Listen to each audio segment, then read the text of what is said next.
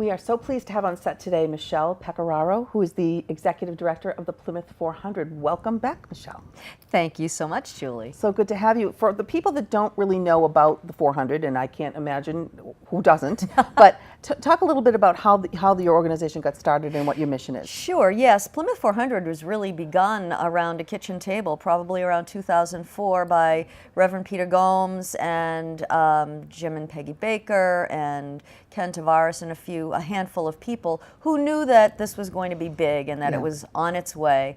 In 2009, it was incorporated, and a board of directors was formed, and I came on in 2014. Okay, and the mission of the 400 is what exactly? So our mission is to produce a fitting commemoration in every way for the Commonwealth of Massachusetts and for the United States of America. And this is our 400th birthday, really, right? The 4th birthday of people coming here? Yeah, we don't call it that. Yeah. We call it a commemoration rather than a celebration, and we call it an anniversary rather than a birthday party. And the reason for that is that we are working very closely for the first time ever with the Wampanoag tribes of Aquinnah and Mashpee. And there weren't always happy things to report from 1620 from their perspective. And also, half of the people who came on the Mayflower died the first winter. So that's not very celebratory either. No. So while there will be many celebrations within the commemoration, overall we call it a commemoration in respect for those people who passed and those people who had a rough time after. And the people who came here and started this whole great country that we have. Now, we are actually, there's 4 different nations that are going to be involved in this with the United States. Yes. So talk a little bit about that. Yeah, we call it a 4-nation commemoration, and that is because we are working together with our counterparts across the pond in England. Yeah.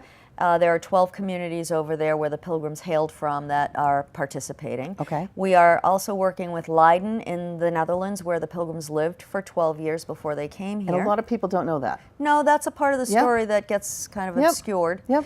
And so Leiden 2020 is among our partners, and then the 2 federally recognized Wampanoag tribes, we call that Wampanoag Nation, and then of course the United States. Right. And us here in That's wonderful. Plymouth. So it's really a universal and global happening. It is definitely a global happening, yes. So talk a little bit about what we're doing this summer and how you raise your money, and let's go into that. So in addition to seeking major sponsorship for events and programs, which is ongoing, and we're working, I have a director of development, Nat Arata, who has been working diligently on that part. We also have some revenue streams that help us, to fund the commemoration, and that is we have official merchandise, which you can either buy online or you can come into our offices and buy from us, from our office. Yeah. We have license plates, our now, that license was a big plates. thing. Tell me about how that started, and did you have to get approval from the state to do this? We did. Okay. Yeah, so there are specialty license plates that the state allows. Yeah. But you have to get 1,500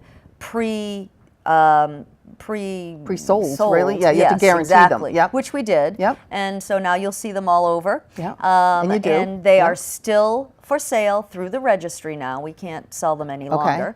But the registry does have them in their specialty license plate section. Excellent. And if you aren't sure how to do that, if you come into our office, we'll help you to register for that license plate. Great. Okay. So we have that, and we have merchandise.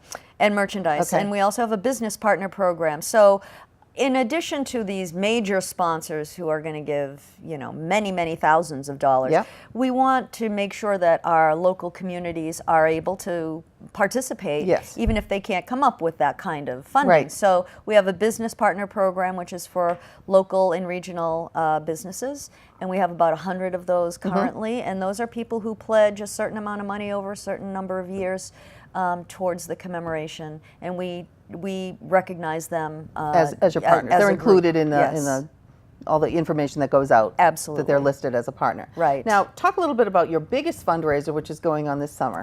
Yes, we have every summer we have a lot of fun doing our Bass and Blue fishing tournament, and captains and crew dinner. Yep. So the dinner is this year July 12th, and we always have a great guest speaker. Last year we had Nick Tokman from The Deadliest Catch. Oh, yeah. This year we have a surprise guest speaker, but I will say that his claim to fame in the maritime world is that he's discovered a way to cure brandy in casks on board ships. Oh, and it cures interesting. differently. So that remains to, That's a secret. Yeah, that yeah. remains to be seen. But So that how would does be this fun. work? So if I can go, I have to come to Plymouth to catch a bass?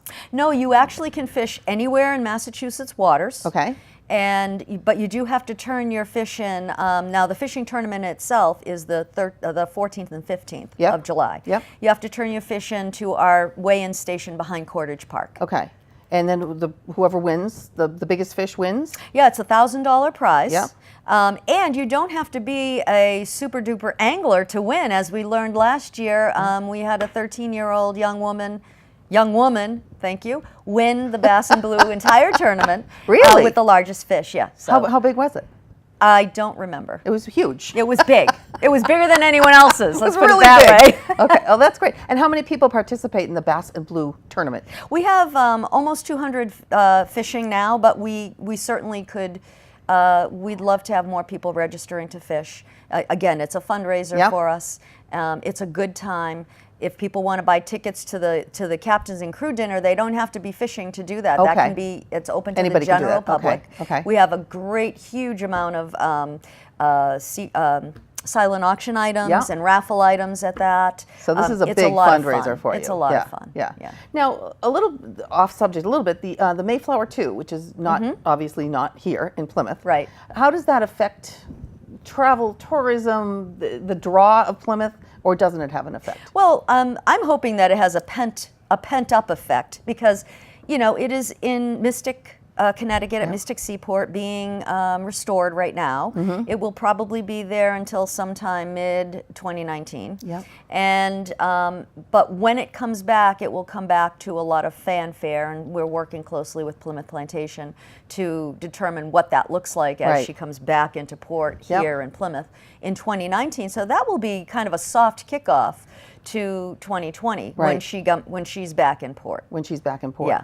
Now, what do you see? Okay, so 2020 happens. It's here. All the events happen. Are they happening all year long Yes. in 2020? Are there certain specific dates that are really important? Yes. Okay. So we have 8 different events and programs that are the responsibility of Plymouth 400 Okay. for raising the funding and putting those on.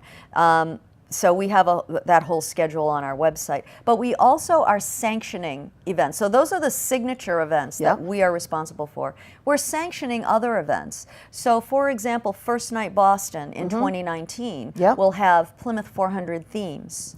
Oh. And so that will be a sanctioned event. We Okay. have some organizations out in Turners Falls, Massachusetts, who are working on doing some events around their history, Native history Yep. out there. We will, of course, we're working very closely with the Thanksgiving Parade, and they are Yep. certainly a sanctioned event, but we actually are partnering with them on Illuminate Thanksgiving Yep. during that week. So there will be sanctioned events, and those will fill out a full year calendar. And they can be anything from a lecture that relates to the 17th century history of Yep. the colony, anything from a lecture to a full-blown festival Yep. that then carries on the themes and goals of the 400th anniversary in 2020. Okay. Now, is there one final big, like the fireworks at the end of the Yeah. night? Is there one final event that's going to happen that'll kind Yes.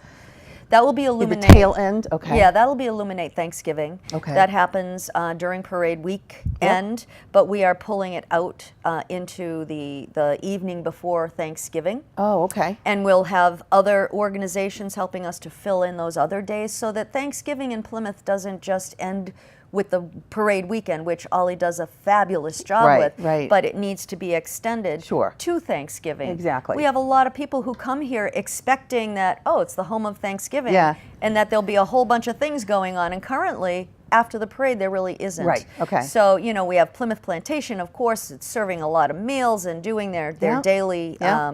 their daily educational duty, and we have Pilgrim Hall Museum, Yeah. but we want to have things going on in Sure. the streets at night for Yes, people. yes. So we're planning to Great. fill out that Okay. week. Now, is everything listed on your website or everything that's been planned so far?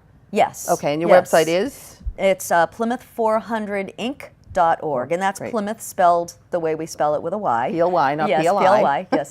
Plymouth400inc.org. Great. Thank you, Michele Pecoraro. Well, thank you, Julie. Appreciate you being here and giving us all this info. We'll have you back for updates. Absolutely. Okay.